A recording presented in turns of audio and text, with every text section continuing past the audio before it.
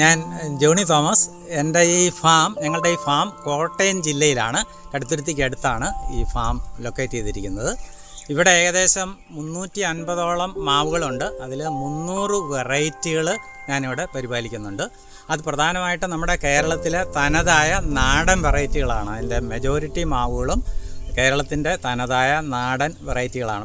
അപ്പോൾ അങ്ങനെ ധാരാളം മാവുകളുണ്ട്. അപ്പോൾ ആ നാടൻ മാവുകൾ സംരക്ഷിക്കാൻ കാരണം അതിന് നമ്മുടെ കേരളത്തിൻ്റെ അല്ലെങ്കിൽ ഇന്ത്യയുടെ തനതായ നാടൻ മാവുകൾക്ക് നല്ല ഫ്ലേവറും അതുപോലെ രുചിയുമാണ്. ഒരിക്കലും വിദേശ മാങ്ങകൾക്ക് അത്ര ഒരു ഫ്ലേവറും രുചിയൊന്നും വരുന്നില്ല. അതുകൊണ്ടാണ് ഞാനത് നാടൻ മാവുകളെ ഇവിടെ സംരക്ഷിക്കുന്നത്. ഇത് ഒരു റബ്ബർ തോട്ടമായിരുന്നു. ആ റബ്ബർ വെട്ടിക്കളഞ്ഞിട്ട് JCB കൊണ്ട് കുഴി കുത്തി ഏകദേശം 1 മീറ്റർ ചതുരം കുഴികൾ കുത്തി അതിനകത്ത് അടിവളവും ചാണകവും അതുപോലെയുള്ള മറ്റ് വളങ്ങളൊക്കെ ഇട്ട് വളർത്തി പരിപാലിച്ച് കൊണ്ടുവന്ന മാവുകളാണ്. ഇതിപ്പോൾ ഏകദേശം 5 വർഷമായി ഇവിടെ നാടൻ മാവുകൾ കൂടാതെ വിദേശ ഇനങ്ങളും പലതരത്തിലുള്ള വിദേശ ഇനങ്ങളും ഞാനിവിടെ നട്ട് പരിപാലിക്കുന്നുണ്ട്. ഇതൊരു മൾട്ടിഗ്രാഫ്റ്റ് മാവാണ്. അതിൻ്റെ പേരൻറ്റ് റൂട്ട് സ്റ്റോക്ക് എന്ന് പറയുന്നത് ബനാന മാവാണ്. അത് അവിടെ ഒരു മാങ്ങ ഉണ്ടായിരുന്നു, അത് വീണുപോയി. ഞാൻ ഇതിൻ്റെ ബ്രാഞ്ചുകൾ കട്ട് ചെയ്തിട്ട് പല ഇനം ഏകദേശം 17 ഇനം മാവുകൾ ഗ്രാഫ്റ്റ് ചെയ്തിട്ടുണ്ട്. ഇത് മധുരിമയാണ്, ഇത് പുളിശ്ശേരി മാവാണ്, ഇത് ചക്കരക്കുട്ടി, ഇത് ജഹാംഗീർ, ഇത് കാക്കോത്തി ആണ് ഈ കാച്ച് കിടക്കുന്നത്. കുലകുത്തി കാച്ച് കിടക്കുന്നുണ്ട്. കാക്കോത്തി മാവാണ്. ഇവിടെയാണ് അതിൻ്റെ ഗ്രാഫ്റ്റ് പോയിൻ്റ്. ഇത് പൗർണിമയാണ്. ഇത്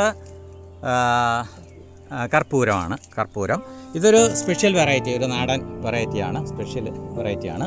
ഇത് തോത്താപ്പൂരി എന്ന് പറയുന്ന ഒരു ഐഡിയയിൽ കിട്ടിയതാണ്. പക്ഷേ ഇത് തോത്താപ്പൂരി ആണെന്ന് എനിക്ക് തോന്നുന്നില്ല. പക്ഷേ നല്ല മാങ്ങയാണ്, അതുപോലെ നല്ല വലുപ്പമുണ്ട്. അപ്പോൾ ഇതിൽ ഈ 17 എണ്ണം ഗ്രാഫ്റ്റ് ചെയ്തതിൽ 5 എണ്ണം മാത്രമാണ് ഈ വർഷം പിടിച്ചത്. ഇത് 5ാമത്തെ വർഷമാണ്. ഇനി അടുത്ത വർഷം വീണ്ടും ഇതെല്ലാം കായ്ക്കുമെന്ന് പ്രതീക്ഷിക്കുന്നു. ഇത് മാംഗോ പ്രൊട്ടക്ഷൻ ബാഗാണ്.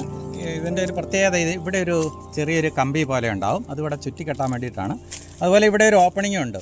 കാരണം ഇതിനകത്ത് മഴവെള്ളമൊക്കെ വന്നു കഴിഞ്ഞാൽ അത് താഴത്തേക്ക് പോകാൻ വേണ്ടിയിട്ടുള്ള ഒരു സംവിധാനമാണ്. ഇതിങ്ങനെ ജസ്റ്റ് സിമ്പിളാണ്. മാങ്ങ അതിൻ്റെ ഉള്ളിലേക്ക് കിടത്തുക. ജസ്റ്റ് ഇവിടെ ഒന്ന് ചെറുതായിട്ടൊന്ന് മടക്കുക.